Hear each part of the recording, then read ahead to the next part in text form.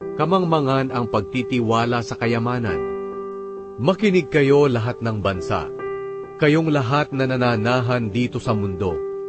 Dakila ka man o aba, mayaman ka man o dukha, makinig ka, dahil magsasalita ako na puno ng karunungan at puno rin ng pangunawa ang aking kaisipan.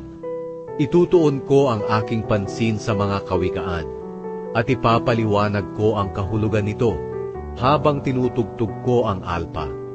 Bakit ako matatakot kung may darating na panganib o kung ako'y mapaligiran ng aking mga kaaway? Sila ay nagtitiwala sa kanilang kayamanan at dahil dito ay nagmamayabang. Pero walang may kakayahang tubusin ang kanyang sarili mula sa kamatayan, kahit magbayad pa siya sa Diyos. Dahil napakamahal ang pagtubos sa isang buhay, hindi sapat ang anumang pambayad upang ang tao'y mabuhay magpakailanman at hindi na mamatay. Nakikita nga ng lahat na kahit ang marurunong ay namamatay, ganoon din ang mga matitigas ang ulo at mga hangal, at maiiwan nila sa iba ang kanilang kayamanan. Ang kanilang libingan ay magiging bahay nila magpakailanman. Doon sila mananahan, kahit may mga lupaing nakapangalan sa kanila. Kahit tanyag ang tao, hindi siya magtatagal. Mamamatay din siya katulad ng hayop. Ganito rin ang kahihinatnan ng taong nagtitiwala sa sarili, na nasisiyahan sa sariling pananalita. Sila'y nakatakdang mamatay. Tulad sila ng mga tupa na ginagabayan ng kamatayan patungo sa libingan.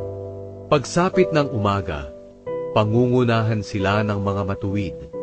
Mabubulok ang bangkay nila sa libingan, malayo sa dati nilang tirahan.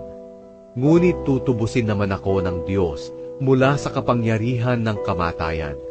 Tiyak na ililigtas niya ako. Huwag kang mangamba kung yumayaman ang iba, at ang kanilang kayamanan ay lalo pang nadadagdagan, dahil hindi nila ito madadala kapag sila'y namatay. Ang kanilang kayamanan ay hindi madadala sa libingan. Sa buhay na ito, itinuturing nila na pinagpala sila ng Diyos, at pinupuri din sila ng mga tao dahil nagtagumpay sila. Ngunit makakasama pa rin sila ng kanilang mga ninunong namatay na, doon sa lugar na hindi sila makakakita ng liwanag.